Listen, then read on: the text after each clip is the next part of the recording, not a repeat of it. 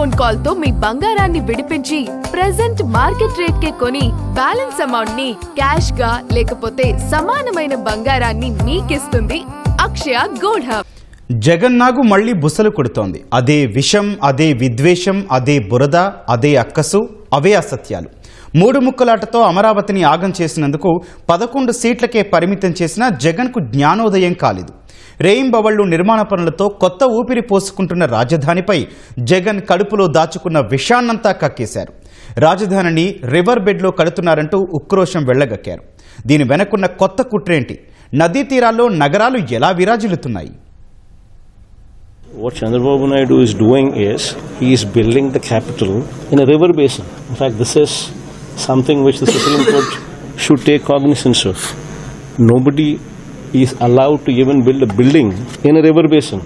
Whereas here, Chandrababu Naidu is conceiving a city in a river basin. In the initial first phase, you said you wanted 50,000 acres and you need 2 crores per acre to lay these roads, give electricity, give in water, connect them with sewerage system. Now for 50,000 acres, it costs 1 lakh crores. Now this 1 lakh crores, God knows when it's going to come, God knows. You want to add another 50,000 acres of land, which costs you another 1 lakh crores. So you're actually talking about 2 lakh crores requirement. What kind of insanity is this when the first 50,000 acres itself is not developed, when the farmers are crying about it? ఇవి నిర్మాణ పనులతో కలకలలాడుతున్న అమరావతిపై జగన్ తాజాగా చేసిన విద్వేష వ్యాఖ్యలు. Amaravati river bed లో కడుతున్నారట. ప్రపంచంలోనో దేశంలోనో river bed లో నగరాలు లేవా? అవన్నీ నీట మునిగాయా? లండన్ ఎక్కడుంది? థేమ్స్ నది పక్కనే. మరి న్యూయార్క్? అది కూడా హడ్సన్ నదీ తీరంలోనే విరాజిల్లుతోంది.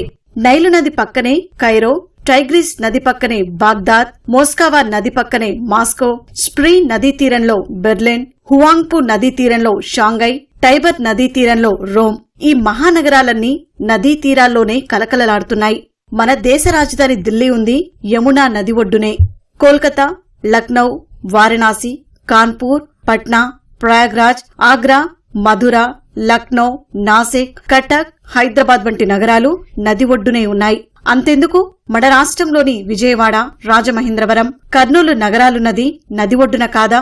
తాగునీరు, వ్యవసాయం, రవాణా వంటి వాటికి అనుకూలమనే ఉద్దేశంతో నదీ తీరాల్లో మహానగరాల నిర్మాణం జరిగింది. కృష్ణానదికి ఒక ఒడ్డున విజయవాడ ఉన్నప్పుడు మరో ఒడ్డున అమరావతిని నిర్మిస్తే జగన్ కు వచ్చిన ఇబ్బందేంటి?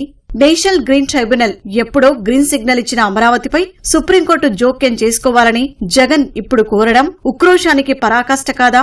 పీపీపీ విధానంలో వైద్య కళాశాలల నిర్మాణానికి ముందుకొస్తే జైళ్లలో పెడతామని బహిరంగంగానే బెదిరిస్తున్న జగన్ అలాంటి కుట్రలతోనే అమరావతి నిర్మాణాన్ని అడ్డుకోవాలని చూస్తున్నారనే విమర్శలు ఉన్నాయి. నదీ గర్భంలో ఎక్కడ కడుతున్నామండి?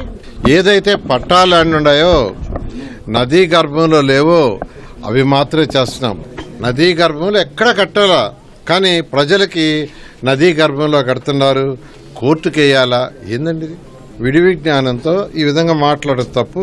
యాక్చువల్గా రివర్ బెడ్ అంటే ఏంది, రివర్ బేసిన్ అంటే కూడా తెలుసుకోవాలి. ఒక విలేజ్ లో వాళ్ళు 21% ల్యాండ్ ఇచ్చారు. వాళ్ళ దగ్గర 1900 ఎకరాలు ఉంటే 400 ఎకరాల ల్యాండ్స్ ఒకేసారి అరగంటలో ఇచ్చారు.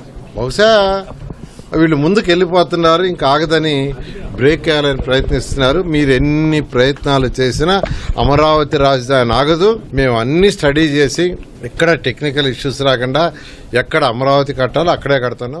రాజధానిపై నాలుక మడతేయడం జగన్ కు కొత్తేమీ కాదు. గుంటూరు, విజయవాడ మధ్య కనీసం 35,000 ఎకరాల్లో రాజధాని నిర్మించాలని అప్పట్లో ప్రతిపక్ష నేత హోదాలో అసెంబ్లీ సాక్షిగా చెప్పారు జగన్. 2019 ఎన్నికల్లో గెలిచే వరకు అదే పాట పాడారు. గద్దెనెక్కాక అసలు రూపం బయటపెట్టారు. 3 రాజధానుల పేరుతో అమరావతిని అధోగతి పాల్చేశారు. తినీ కంచెంలో తనకు తానుగా రాయి వేసుకున్నట్లు 2019-24 మధ్య 5 ఏళ్లు అక్కడి నుంచే పాలన సాగించి తట్ట మట్టి తీయలేదు, ఒక్క ఇటుకా పేర్చలేదు. అందుకే 2024 ఎన్నికల్లో అమరావతి ప్రాంత ఓటర్లు వైసీపీ అడ్రస్ గల్లంతు చేశారు. ఆ తర్వాత 3 రాజధానులపై పార్టీలో చర్చించుకుని విధానం ప్రకటిస్తామని బొత్స సత్యనారాయణ, వైవి సుబ్బారెడ్డి వేర్వేరు సందర్భాల్లో చెప్పారు.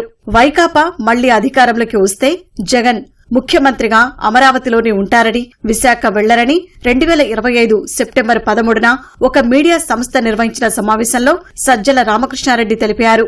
ప్రజా తీర్పును ఇప్పటికైనా అర్థం చేసుకున్నారేమో అని అందరూ అనుకుంటే అబ్బే వైసీపీ డిఎన్ఏలో అలాంటి పదాలకు తావులేదని చెప్పకనే చెప్పారు జగన్.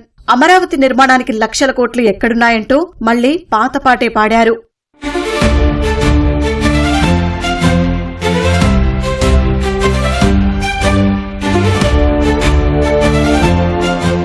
అధికారంలో ఉన్న 5 ఏళ్లు అమరావతి ఆనవాళ్లే లేకుండా చేయాలని జగన్ దుష్ట పన్నాగాలన్నీ పన్నారు. వాటన్నింటినీ అమరావతి తట్టుకుంది. కూటమి అధికారంలోకి వచ్చాక తలెత్తుకుని నిలబడుతోంది.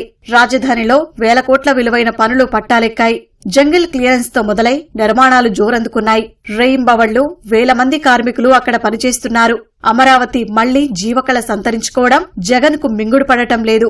రాష్ట్రానికి ఏకైక రాజధానిగా అమరావతినే కొనసాగించాలని, నిర్దేశిత గడువులోగా నిర్మాణం పూర్తి చేయాలని వైసీపీ అధికారంలో ఉండగానే హైకోర్టు తేల్చెప్పింది.